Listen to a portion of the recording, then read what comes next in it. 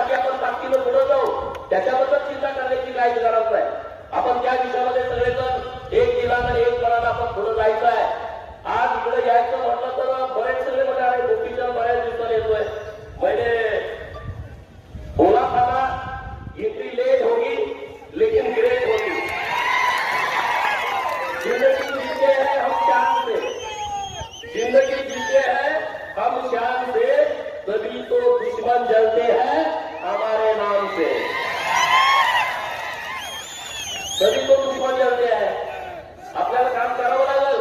अरे ममता बॅनर्जीची 15 वर्षाची सत्ता, ती कुणाला जुमानत नव्हती सत्ता. आज ती सत्ता राहिली का? त्यांचे खासदार 20 एनडीए मध्ये सामील झाले. 80 पैकी 60 आमदार त्यांनी वेगळा गट स्थापन केला.